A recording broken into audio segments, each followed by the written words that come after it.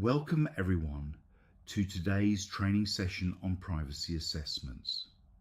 Whether you are a project manager, a software engineer, a marketer, or an executive, privacy is part of your job. In the modern digital landscape, data is one of our most valuable assets, but it is also one of our greatest responsibilities. Today we're going to look under the hood of privacy assessments. We will explore what they are, why they are non-negotiable, and how they help us protect our users while keeping our organization compliant with global regulations. Over the next 20 minutes, we will cover the core pillars of data privacy, walking through everything from data minimization to the critical right to be forgotten. By the end of this session, you will understand how to run an assessment, what risks to look for, and how to champion privacy in your daily work. Let us dive in. Let us start with the basics. What exactly is a privacy assessment? You might hear it called a PIA, which stands for Privacy Impact Assessment, or a DPIA, a Data Protection Impact Assessment. At its core, a privacy assessment is a structured risk management tool. Think of it as a safety inspection before launching a new product, process, or system. Just like an architect checks a blueprint to ensure a building will not collapse, we check our data flows to ensure we are not accidentally exposing personal information. A good assessment identifies how personal data is collected, used, stored, and shared. It helps us spot potential privacy risks early in the development cycle, long before they turn into data breaches, compliance fines, or public relations disasters. By doing this up front, we practice what the industry calls privacy by design. This means we weave privacy directly into the fabric of our technology and business processes, rather than trying to patch it in later as an afterthought. Why do we do this? Well, beyond the fact that it is the right thing to do for our customers, the law demands it. Over the last decade, the legal landscape surrounding data privacy has completely transformed. It kicked off in earnest with the European Union's General Data Protection Regulation, or GDPR, which set a massive global standard. Since then, we have seen a wave of comprehensive privacy laws across the globe. In the United States, frameworks like the California Consumer Privacy Act, or CCPA, and its updates have given consumers unprecedented control over their information. Similar laws are popping up globally, from Brazil to legal frameworks across Asia and Africa. These laws share a common thread.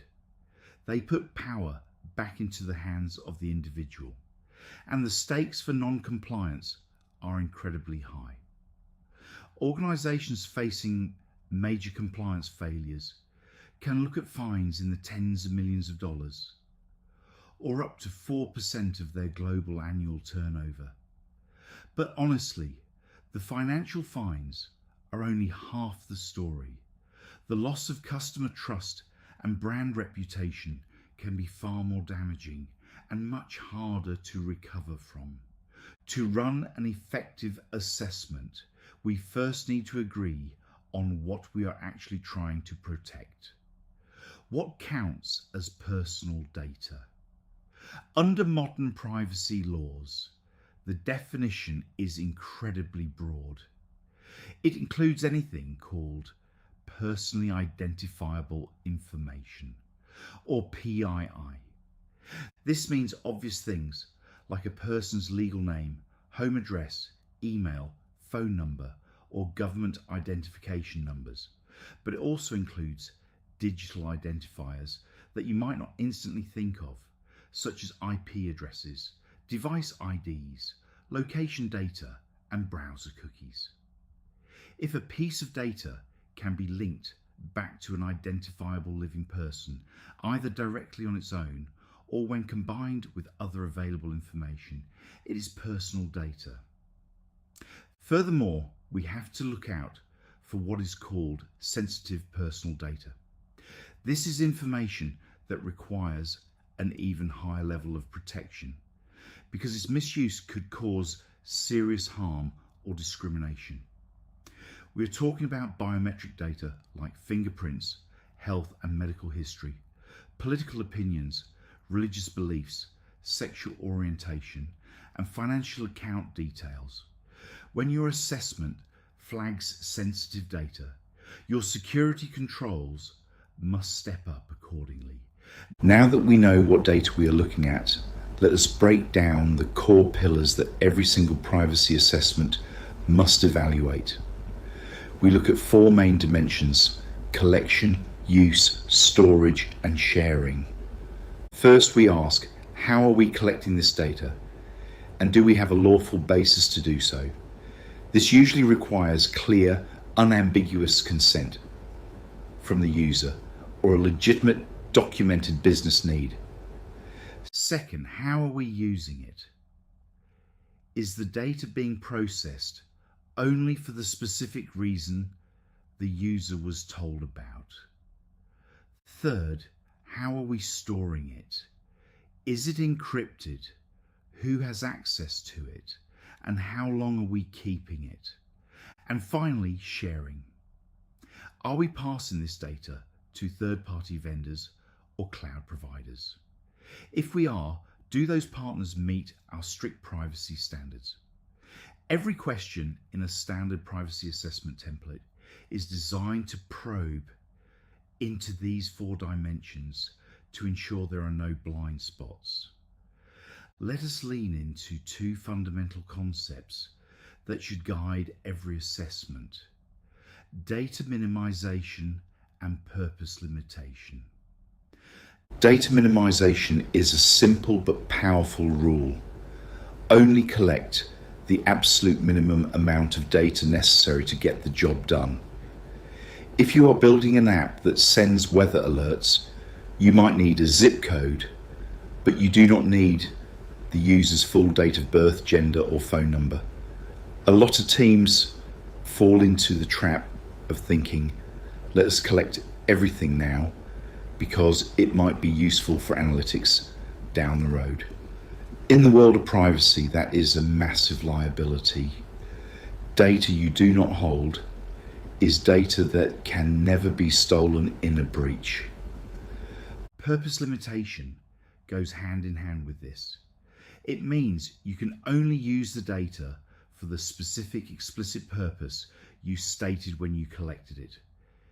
If a customer gives you their phone number exclusively for two-factor security authentication, you cannot hand that number over to your marketing team for promotional text messages without getting entirely separate explicit consent.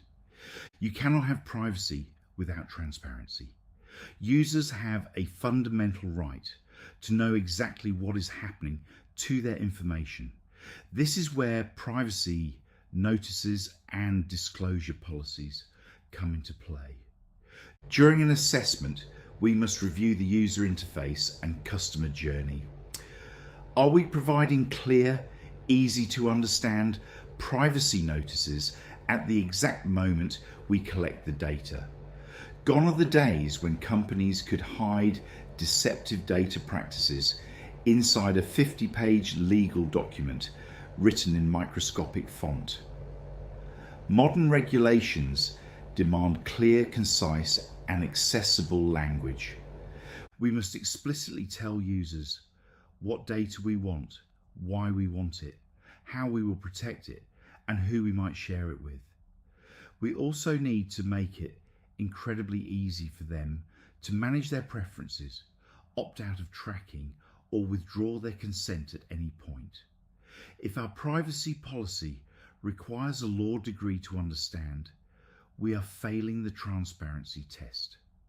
Modern privacy regulations give individuals a robust set of rights over their personal data, often called Data Subject Access Requests, or DSARs. As part of our training, we need to ensure our systems are actually built to fulfill these requests. The first major right is the right of access. A user can contact us out of the blue and say, I want a copy of every single piece of information you have on me. Our organisation must be capable of searching our databases, logs, cloud storage, and customer tools to compile that data and hand it over securely, usually within 30 days. Closely tied to this is the right to data portability. This means the user wants their data structured in a clean, machine-readable format, so they can take it easily to another service provider. When you are assessing a new system, you must ask, do we have a clear mechanism to extract a single user's data without exposing anyone else's information? Now let us focus on one of the most operationally challenging requirements in modern privacy law, the right to erasure, universally known as the right to be forgotten. This right gives individuals the legal power to demand that an organisation completely delete their personal data under certain conditions. For example, if the data is no longer necessary for the reason it was collected, or if the user decides to withdraw their consent. When a user triggers the right to be forgotten, it is not as simple as clicking delete on a single user profile dashboard. Our assessments must trace the full journey of that data. We have to ensure that the data is scrubbed from active production databases, but also from historical backup servers, cold storage archives, disaster recovery systems, and internal logs. Furthermore, if we have shared that users' data with third-party vendors or sub-processors, we are legally obligated to pass that deletion request down the line. We must ensure our partners delete it from their systems as well. Designing a system that can thoroughly and reliably execute a total deletion across a sprawling tech stack is difficult, which is why it must be planned carefully during the initial privacy assessment phase. While the right to be forgotten is powerful, it is crucial to train your teams to understand that it is not absolute. There are legitimate legal reasons why an organisation might deny a deletion request, and our privacy teams need to know how to evaluate these balances. For instance, we cannot delete data if keeping it is necessary to comply with a legal obligation. A prime example is financial record keeping or tax laws, which often require businesses to retain transaction histories for several years. Similarly, data cannot be deleted if it is required for legal defence, establishing or exercising claims, or for reasons of public health and public interest. If a customer asks us to delete their data, but they have an active loan or an open fraud investigation against their account, we have an overriding legal right and necessity to retain that specific data. The privacy assessment process helps us define these business rules clearly so our customer support teams know exactly when to hit delete and when to explain the legal exceptions to the user. Let us shift our focus to security and accountability. A privacy policy is completely useless if the underlying security infrastructure is weak. Privacy and security are two sides of the same coin. Security is about safeguarding data from unauthorized access, while privacy is about the appropriate legal use of that data. During an assessment, we evaluate the technical and organizational safeguards in place. Are we encrypting data both while it travels across networks and while it sits at rest on our servers? Are we using access controls, ensuring that only employees who absolutely need the data to do their job can see it? Accountability means we must be able to prove we're doing all of this correctly. We need a clear audit trail. If a regulator walks through our doors tomorrow, we must be able to produce our signed off privacy assessments to show that we actively identified risks and deliberately put controls in place to mitigate them. A massive percentage of data breaches do not happen within an organization's primary systems. They happen through third-party vendors. We might have world-class security, but if we pass our customer data to a vendor with weak protocols, we are still exposed to massive liability. Therefore, third-party risk management is a vital component of any privacy assessment. Whenever a project involves an external tool, a SaaS provider, or an outside consultant, we must vet them thoroughly. We need to review their security certifications, look at their data handling practices, and sign mandatory legal agreements, such as data processing addendums. These contracts legally bind the vendor to protect the data just as strictly as we do and prevent them from selling or misusing our users' information. Remember, you can outsource the labor, but you can never outsource the ultimate accountability for your users' privacy. So how do we actually execute a privacy assessment in practice? Let us walk through the step-by-step process. Step 1 is project description. Describe what the new project, feature, or tool is designed to do. Step 2 is data mapping.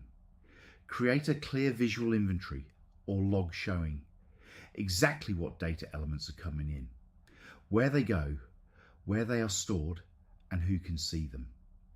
Step 3 is risk assessment. Analyze this data flow against privacy principles. Ask yourself, are we collecting too much? Is the consent mechanism clear? Where are the security vulnerabilities? Step 4 is risk mitigation. For every risk you find, list a concrete solution. If the risk is unauthorized data access, the mitigation might be adding multi-factor authentication and role-based access limits. Finally, step 5 is sign-off and documentation. The project stakeholders, security teams, and privacy officer review the document, agree on the steps, and log it in the central registry. As you roll out privacy assessments across your teams, watch out for a few common pitfalls that can derail your efforts. The biggest pitfall is treating the assessment as a bureaucratic check-the-box exercise at the very end of a project. If a development team spends 6 months building a complex platform and only submits a privacy assessment the day before launch, any major privacy flaw discovered will cause massive delays and expensive re-engineering. Another pitfall is keeping data mapping too vague. Saying we collect user data is not enough. You must be specific. Say we collect names, billing addresses, and geographic coordinates. Lastly, avoid a lack of continuous monitoring. A privacy assessment is not a static document to be filled out once and buried in a digital folder. If the project changes, if you start collecting a new type of data, or if you switch cloud providers, that assessment must be updated to reflect the new reality.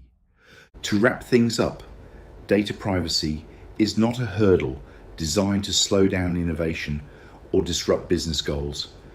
When done correctly, privacy is a major competitive advantage. Consumers are increasingly choosing brands that actively respect their digital boundaries and protect their personal information. By embedding privacy assessments into our daily operations, practicing data minimization, respecting core consumer rights, and building robust systems to handle requests like the right to be forgotten, we build a foundation of trust. Privacy is a team sport. It requires continuous awareness, careful engineering, and deliberate business design. Let us carry these principles forward into our projects, making privacy a natural reflex rather than an afterthought. Thank you all for your time, your focus, and your commitment to protecting our community's data privacy.